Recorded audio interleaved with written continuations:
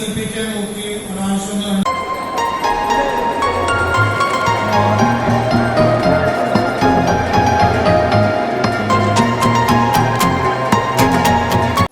ഡിസോർഡേഴ്സിനെ പറയുകയാണെങ്കിൽ ആദ്യം നമ്മൾ പറഞ്ഞു 75 years ബിനൈൻ ഫോർഗെറ്റ്ഫുൾനെസ് എന്ന് പറയാം. അത് അറ്റൻഷന്റെ കുറവുകൊണ്ടാണ്. പിന്നെ ഡിസീസ് ഓഫ് നെർവസ് സിസ്റ്റം, പലതരത്തിലുള്ള ഡിസീസസ് ഉണ്ട്. മെനിഞ്ചൈറ്റിസ് വന്നാൽ വരാം, വൈറൽ ഡിസീസ് വന്നാൽ വരാം, എന്തിനാ പനി വന്നപ്പോൾ മെമ്മറി ലോസ് ഉണ്ടാവും. എല്ലാം ഡിമെൻഷ്യ ആയിക്കോണമെന്നില്ല. ട്യൂമേഴ്സ് കൊണ്ട് വരാം, ഒത്തിരി കാരണങ്ങളുണ്ട്. ഞാനിതുവരെ പറഞ്ഞു വന്നിട്ട് ഞാൻ ആക്ഷൻ മെമ്മറിയെ കുറിച്ച് ഒരു ക്ലാസ് എടുക്കുക എന്നുള്ളതായിരുന്നില്ല ഉദ്ദേശം. എന്താണ് മെമ്മറി, എങ്ങനെയാണ് നമ്മളത് പരിപോഷിപ്പിക്കുന്നത്, എന്തൊക്കെ കാര്യങ്ങൾ അതിനെ സഹായിക്കുന്നുണ്ട്, പിന്നെ അസുഖങ്ങളുണ്ട്. ഏകദേശം ഡിമെൻഷ്യ എന്ന് പറയുന്നത് വളരെ ചെറിയൊരു നമ്മുടെ ടോട്ടൽ പോപ്പുലേഷൻ എടുത്ത് നോക്കിയാൽ അത്ര ഭയങ്കരമായിട്ട് ആൾക്കാർ ബാധിക്കുന്ന അസുഖങ്ങൾ. അത് ചെറിയ ഓർമ്മശ വരുമ്പോൾ ഉടനെ ഞാൻ ഡിമെൻഷ്യ ആവാമെന്ന് വിചാരിക്കേണ്ട ആവശ്യം ആവണമെന്നില്ല. നമുക്കിവിടെ ഇരിക്കുന്ന ഒത്തിരി ആൾക്കാരുണ്ടൊക്കെ എല്ലാവരും 80 വയസ്സ് കഴിഞ്ഞവരൊക്കെ ഉണ്ടാവും. പക്ഷെ ആർക്കും വലിയ ഡിമെൻറ്റഡ് ആയിട്ടൊന്നും കണ്ടാൽ തോന്നുന്നില്ല.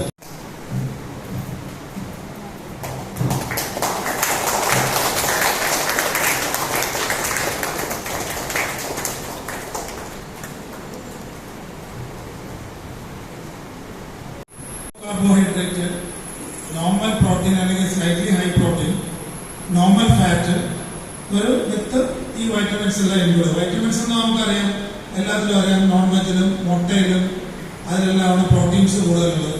വെജിറ്റബിൾ പ്രോട്ടീൻസ് ഉള്ളത് പയറുവർഗ്ഗങ്ങളിലും സോയയിലും പനീറിലും ഒക്കെയാണ് പ്രോട്ടീൻസ് കൂടുതലുള്ളത്. അപ്പൊ അതനുസരിച്ച് ഇതെല്ലാം ഭക്ഷണത്തിൽ ഉൾപ്പെടുത്തും. പിന്നെ മരുന്നിന്റെ കാര്യത്തിൽ ഒത്തിരി മരുന്നുകൾ പ്രശ്നങ്ങൾ ഉണ്ടാക്കാറുണ്ട്. കൊളസ്ട്രോളിന് മരുന്ന് കഴിച്ചാൽ ഓർമ്മശ വരുന്നു എന്നുള്ളത് അധികമായാൽ അമൃതും വിഷം തന്നെയാണ്. അപ്പൊ നമ്മള് ആവശ്യത്തിന് കഴിക്കേണ്ട ഒരു സ്പെസിഫൈഡ് ഡോസ് ഉണ്ട്. ഇപ്പൊ ഒരു ഹാർട്ട് അറ്റാക്ക് വന്ന ഒരാൾക്ക് നമ്മൾ കൊളസ്ട്രോളിന്റെ മരുന്ന് വെച്ച് ഡോസ് കൂട്ടി കൊടുക്കും. കാരണം അത് പ്ലാക്ക് ഉണ്ടാവാണ്ടിരിക്കാൻ വേണ്ടിയാണ്. അതില്ലാത്ത ഒരാൾക്ക് ചിലപ്പോൾ അത് കഴിച്ചോളണമെന്ന് നിർബന്ധമില്ല. കൊളസ്ട്രോൾ കൂടിക്കഴിഞ്ഞാൽ ആദ്യം ഡയറ്റാണ്.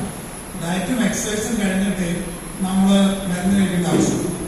സൈഡ് എഫക്ട് കൂടുതലും മസിൽ പെയിനും വീക്ക്നെസ്സും. അപ്പൊ അത് CPK നോക്കി ഒരാവശ്യം കുറയ്ക്കേണ്ട ചില സിറ്റുവേഷൻസ് ഒക്കെ ഉണ്ട്. ചില മരുന്നുകൾ മാറ്റി ഉപയോഗിക്കേണ്ടതുണ്ട്. അല്ലാതെ അതൊരു ജനറലായിട്ട് നമുക്ക് ഒരു മരുന്നിനെ കുറിച്ച് പറയാൻ പറ്റില്ല. പക്ഷെ ഇതിനേക്കാളൊക്കെ ദ്രോഹമാണ് പുകവലിയും മദ്യപാനം, ഏത് സാധനത്തിന്. അപ്പൊ അതൊക്കെ ഒന്ന് ഒഴിവാക്കി അല്ലെങ്കിൽ സമീകരിച്ച് കൃത്യമായിട്ട് മുന്നോട്ട് പോയി കഴിഞ്ഞാൽ ഏകദേശം പോകാന്നുള്ളതാണ് എന്റെ ഒരു സജഷൻ.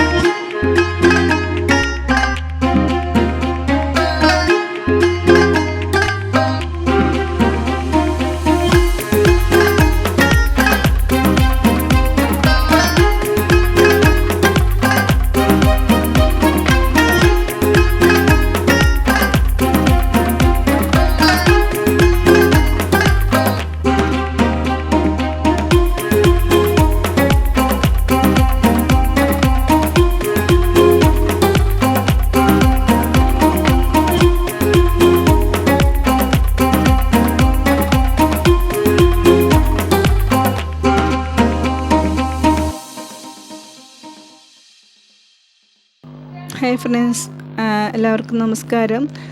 അൽഷിമേഴ്സ് എന്നൊരു അസുഖം നമ്മളെ ബാധിക്കുന്നത് എങ്ങനെയാണെന്ന് ഇന്നലെ ഡോക്ടർ നന്നായിട്ട് ക്ലാസ് എടുത്തു തന്നു.